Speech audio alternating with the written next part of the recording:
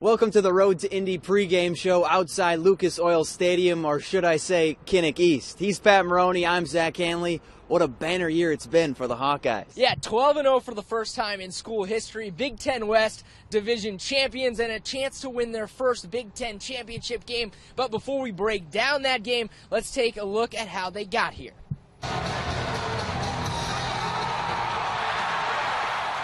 Iowa opened their season on a scorching hot September Saturday at Kinnick Stadium against an FCS power, the Illinois State Redbirds. The Hawks led 14-0 when they got the ball back with 37 seconds left in the first half. The Kirk Ferrets had no interest in taking a knee and running into the tunnel. Instead, Iowa stayed aggressive, dialing up a 51-yard screen pass to Jordan Canzeri that set up a field goal and set the tone for the season. If you get hit in the face, then, you're going to get out of there without any damage. But if you can get something going early, it gives you a chance maybe to get some points. And Jordan made a great play on that. I saw the cutback lane, and then I saw Tavon Smith, and, set that up, and he did a great job blocking down field. And then even after that, I saw all my guys to the left, running down the field, trying to get an extra block. And, that's just the things that we harp on and emphasize: blocking down field, finishing runs, finishing blocks, finishing plays. Next up for Iowa, rivalry week. A date names with the hated Cyclones. Iowa State led for most of the first half, but late in the game, the Hawkeyes had the ball with 2:14 left and a chance to take the lead once and for all. That's when C.J. Beathard and Riley McCarron came up big. When CJ threw it, I was like, wow, this is going to be a perfect pass. I just doing my job. Everybody else up to that point did their job. The offensive line, CJ, just need to finish the play. Coach Davis made a great call. We've been running the ball out of that formation, and linebackers, the line bid on it. And Riley made a good route. It's a double move. The corner bid on it and made a good catch in the end zone. The Hawkeyes returned home the next week for a tough non-conference game against the Pitt Panthers, and this one turned out to be a classic under the lights. Pittsburgh tied the game with under a minute to go, but Iowa and Marshall Kane had too much time. Kane booted a 57-yard field goal at the buzzer, and the Hawks were 3-0. It felt good. It felt like I got all the ball, and Dylan gave me a good hold and Kluve with a good snap. So just to have an opportunity to win the game at the end, and then to make it, it was just a great night and a great win. What a job by Marshall Kane, too. Just a fantastic effort on his part. And keep his composure the way he did. Just a fantastic effort. Then North Texas came to town, but the Mean Green never intimidated the Hawkeyes. Iowa dominated all phases of the game, winning 62-16 behind 4 touchdowns from Jordan Canzeri, tying a school record. It's just what we want to do, just run the ball and, obviously have success with it, and that's what we did. We have receivers that just fly in their full speed to set up another block, and CJ was getting us on the right checks, and our coaches, they had the great game plan for us. So it was just all 11 guys working hard. Just the way he worked today is a testament to who that guy is, and, what his work ethic is like. Here we go, let's take it, here we go. The following week, it was the Big Ten opener at number 19, Wisconsin, and the Iowa defense rose to the occasion, completely shutting down the Badgers. The Hawkeye D forced 4 turnovers and held Wisconsin to just 77 yards through the air.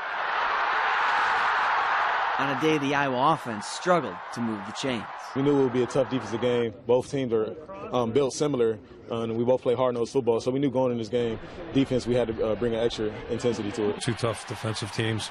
Our guys really competed hard. We came up with some big plays, especially in that first half. A couple turnovers out with a great strip. But, again, it went right down to the wire, and guys did a great job. You hear them cheering, and once you hear them be quiet, that's what you want to do. And that's what we did. And fourth quarter came and didn't hear them as much coming at the end of the game. So we did our job. It was the Jordan Canzeri show the next week at home against Illinois. The senior tailback rushed his tail off, and the numbers are staggering.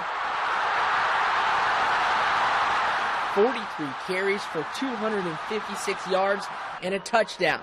Canzeri put the Hawkeyes on his back and carried them to a 29-20 win over the Fighting Illini. It's just one of those things that I'm ready to do whatever's asked of me. So you never really know what you're capable of until you push through the barriers that you previously had for yourself. And now when I was asked to, I was just willing, and I put everything out on the line to do so. So when it's time for it, you just have to have that confidence and that positive mindset that you'll get it done. I think we all saw something really special there. That was just a tremendous performance. I thought a really gutty performance. And I had no idea he had 43 carries. So Steve just told me it sets a record. But those yards that he got, each and every one of them came hard and were really needed. But the next week on the road at Northwestern, Kanziri went down with a leg injury. Before the Iowa backfield, the theme was simple: next man in. Sophomore Akram Wadley stepped in and put together a monster day on the ground, galloping his way to 204 yards and 4 touchdowns. An easy Hawkeye win.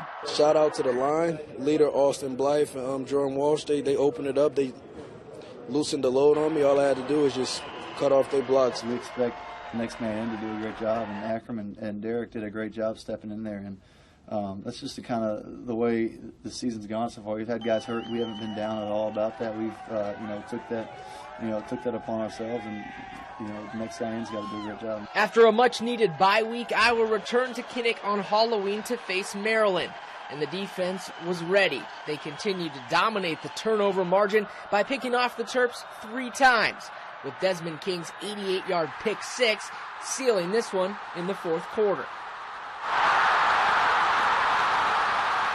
And the surprising Hawkeyes ended October 8-0. It felt real good.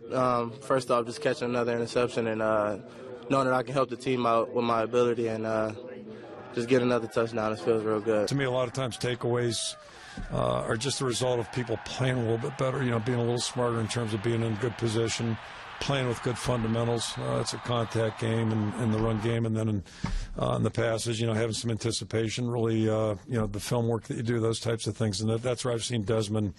To me, that's why he's playing at a higher level. As Iowa rocketed up the rankings, they didn't lose focus as they hit the road again. And C.J. Beathard brought his hard hat to Indiana. At the end of the first half, the QB took off running, but ended up leaping his way into the end zone. It was the signature play of the season for Beathard, and it helped the Hawkeyes stay unbeaten. I was just trying to do anything I could to get it in the end zone. I felt like the only way I could get in is by jumping over top, and I got in. Obviously, I want to hold on to the ball, but we scored, so it was good. For him to elevate like that on that touchdown, he's willing to put his body on the line for the win, and so that's infectious. And everybody else is like, well, if she's just going to leap over a pile, I guess I can do a little more. When Iowa returned home to play Minnesota the following week, they leaned on another running back to lead the charge.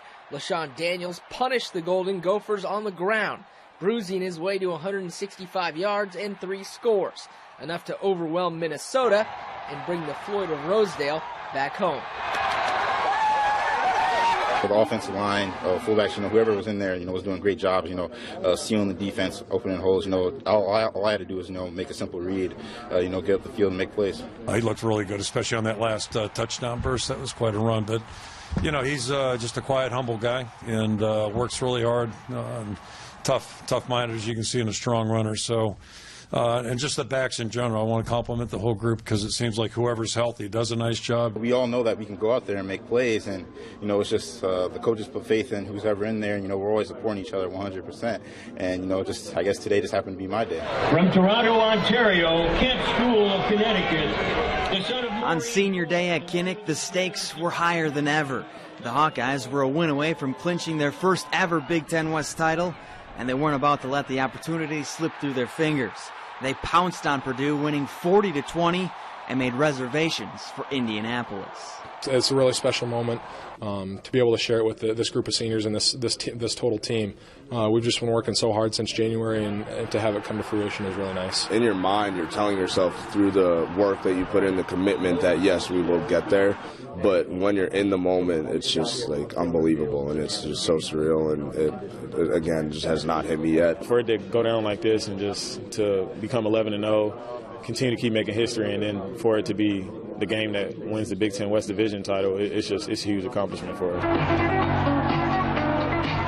But before they turned their attention to a conference championship, Iowa set their sights on another accomplishment, becoming the first Hawkeye team to finish unbeaten since 1922.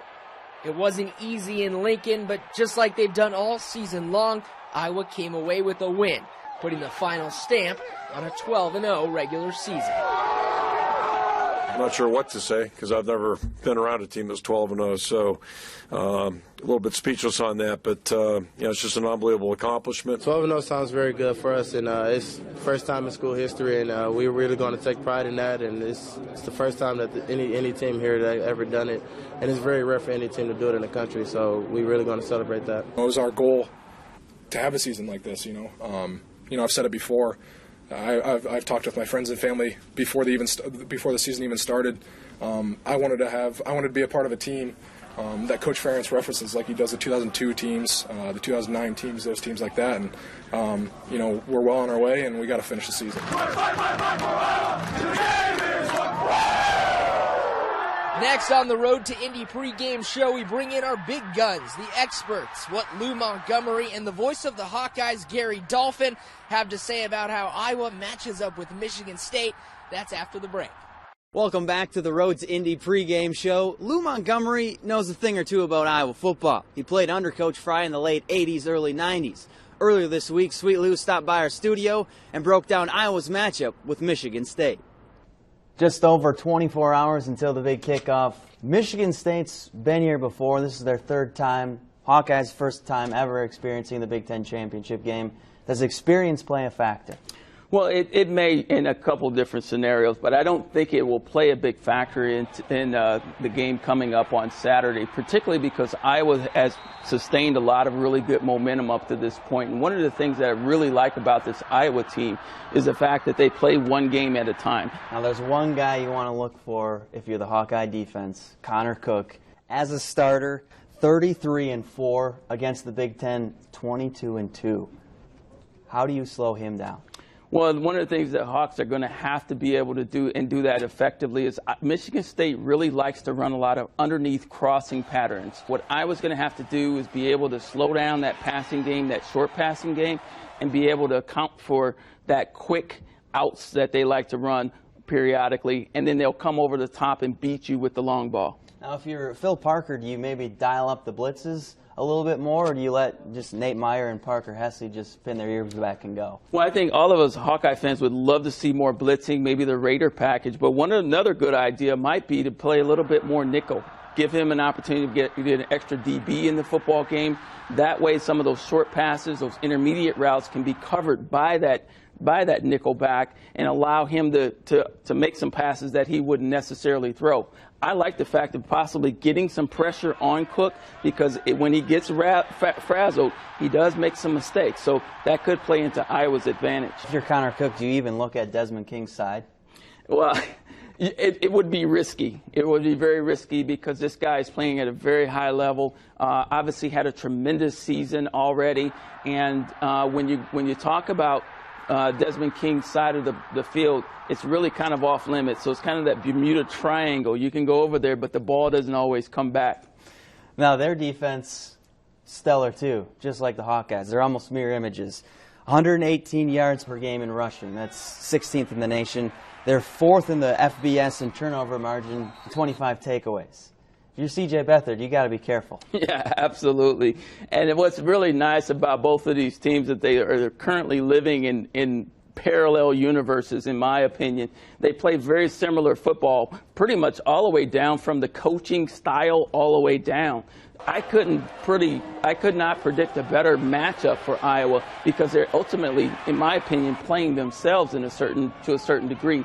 What Iowa's going to have to do, and particularly if you're C.J. Beathard, I would say getting that running game going and really emphasizing the short passing game and give what the defense gives you and take advantage of it. The Hawkeye running game, they've got, those 3 running backs. How does that help them in a game like this where it's so physical? Well, it is going to be a physical football game. And a game like this, I would probably start off with Daniels to kind of get a feel and kind of pound him a little bit. But this could be a very big game for Jordan Canzeri or Watley.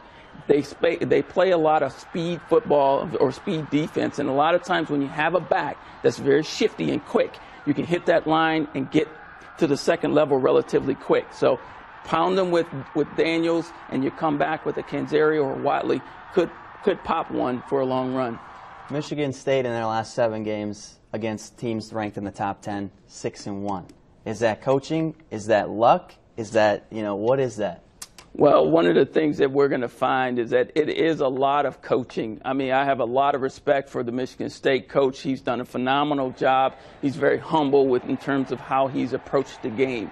And one of the things, I wouldn't necessarily call it luck, but they really haven't blown anybody out with the exception of maybe Penn State all year. That's why I like the advantage a little bit more towards Iowa in this game, because Iowa has been playing very balanced offense and defense. Since 2010, Michigan State has the highest winning percentage in the nation in games that are decided by 8 points or less. They're 20-8. If you're a Hawkeye fan, if you're Kirk Ferentz, do you even look at that stat? No, you don't look at that stat because your team is playing hot right now. You got to continue to motivate these guys, keep them focused. Obviously, the national championship picture is in your grasp right now. All you have to do is win. If you lose, that changes a lot of things for the Hawkeyes. Obviously, you got Ohio State that's kind of sitting around at number 7, 8 spot. Could jump you if you lose this football game. Just win. That's going to be the focus for the Hawks coming up Saturday. Prediction time. Who wins and why? Well, I think Iowa wins the football game, and I'll tell you why. I think Iowa has a very balanced attack. I think their running game is very stout. They can hit you in a lot of different ways. And also they have a very, very effective short passing game. And believe it or not, CJ can beat you with his legs when he needs to. This is a guy who has not lost a football game in an Iowa uniform, and he has been a maverick to a certain degree in terms of his ability to figure out a way to put his team in positions to win. I think Iowa wins this one, but I think it is a close game. He's Lou Montgomery, dropping college football knowledge. Iowa's mindset's been pretty consistent all year long. Take it 1 week at a time. Just try to be 1-0 each week. But when you go 1-0 12 times, the games at the end mean a little more. Saturday's game serves as a play-in game for the college football playoff, but much of the talk is about how the country is about to find out if Iowa is for real. But the voice of the Hawkeyes says, doubt these guys at your own risk. I think if you were to, dump some truth serum in the players, they hear all the criticism about how they shouldn't be there, and they're Joe Blue Collar and they're boring to watch, and they would take that as an affront, as offensive to them, and I think they're using that in their play. And don't go anywhere. Still to come, hear from the Hawks how this game is just another chance for them to prove they belong. Plus why Mark D'Antonio and the Spartans will know where Desmond King is at all times as the Road to Indy pregame show continues. Welcome back to the Road to Indy pregame show. All season long, the Hawkeyes have had their doubters. I was not flashy enough. They haven't played anybody.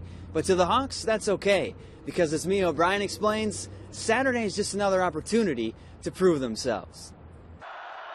All season long, the Hawks have been criticized because they haven't played anybody. They aren't flashy. There's been games that we haven't been respected, all season long, and we've gone out and we've won every single one of them so far. So the haters may continue to hate, but the Hawks' mentality isn't changing either. We're not going to think differently, even though we have a lot of people doubting us, and we've had that each week in and out. We just focus on what we can control. Not really how they're going to play, but how we will play. We've been out to prove everybody wrong, and really it's about us and what we do. This one holds maybe a little bit more weight, but at the same time, we're trying to treat it like every single game. But this Saturday, the Hawkeyes will finally get to play that top 10 team, and they understand it will surely be a battle. Both teams are going to come in and play hard, and we expect nothing less than a 60-minute fight. They've got a lot of talent. They've got a lot of good players on the defensive side especially, and I know they do offensively as well. I think it's the most talented bunch that we've played. Especially one of the Big Ten's best, quarterback Connor Cook. He throws some really accurate balls. That's going to be tough. Definitely not like we faced last week. The quarterback, offensive line, they're very experienced offensively. And, that's going to be a challenge for us. But it's a necessary challenge. No one can say it's not a good game. It's going to be a test for us to see how good we are. In order to finally prove they belong. In Iowa City, Mia O'Brien, FOX28 Sports. Michigan State's defense is no slouch either. Against the run, the Spartans allow under 120 yards per game. And when it comes to forcing turnovers, MSU is near the top. The Spartans have forced 25 takeaways, which have led to 105 points for their offense. And the Hawkeye offense knows it's going to be a battle. You're not going to be a championship-level football team if you don't have good defensive lines. So it's definitely going to be a challenge, and we're looking forward to it. Like I said, it's just going to be a fight. They're definitely very talented, really good up front, good linebackers, and they've always been good in the back end. We're going to have to play fundamentally sound and play good all day. They're going to be a pretty hard group to go against, and that's going to be a challenge. That's going to be a challenge for us that we're willing to take, and it's going to be a test for us to see how good we are. The Hawkeyes aren't too shabby on D either, and that starts with Desmond King. The junior cornerback has been a ball hawk all season long. King leads the nation with 8 interceptions to go along with 61 tackles. He took home the Tatum Woodson Defensive Back of the Year award, and he's a finalist for the Jim Thorpe Award. The Spartans have taken notice of King. Desmond King, right here from Detroit, says still can't believe he got away, but anyway, is an outstanding player, 8 interceptions. Great cover guy, good tackler, great ball skills, very confident. You know, he's been a mainstay in the back end. You know, he's one of the best corners in his conference. You know, I look forward to the matchup this weekend. You know, he's a good player. I'm a good player. We'll go at it this weekend. Saturday marks the 46th meeting between the Hawkeyes and the Spartans. Iowa leads the series, but I'm guessing that a win this time around will mean a little more than the rest. The last time these two teams met was in 2013 in Iowa City. Michigan State won that game, but they've split the last 6. One thing's for sure, each time these two teams face off, it's always competitive, and Mark D'Antonio doesn't think this one will be any different. We've had great games versus Iowa. We've got a 7-year book on those guys. They've got a 7-year book on us. And we haven't played these last 2 years, but they are who they are. We are who we are. I think we both know that, and I think we both come to play. And we've had extremely tough physical games, very competitive games with the University of Iowa. Remember last season when Kirk Ferentz was on the hot seat? What a difference a year makes. The new Kirk seat, ice cold. The only thing hot this time around, the play of his team. Tuesday, Ferentz was named the Big Ten's Coach of the Year for leading Iowa to the Big Ten title game for the first time in school history. And even though they haven't lost this season, the Hawks are underdogs. But that's all right with Captain Kirk. In a lot of people's eyes, we weren't supposed to be here right now. So, you know, I say that tongue-in-cheek because it's important to us. I mean, it's not, we're out there just winging it. We've been underdogs 11 out of 12 bowls, so I figured we'd be underdogs again. But we've been in that environment. We've played in a lot of big games historically, and this team's played in big games this year. So what it really gets down to, it's another game. It's important, but it's another game. And, you know, we're probably the team that's not supposed to be there, so, you know, what the heck? Let's go cut it loose, see what happens. And that'll do it from outside Lucas Oil Stadium on our Road to Indy pregame show. For Pat Maroney, I'm Zach Hanley. Thanks for watching.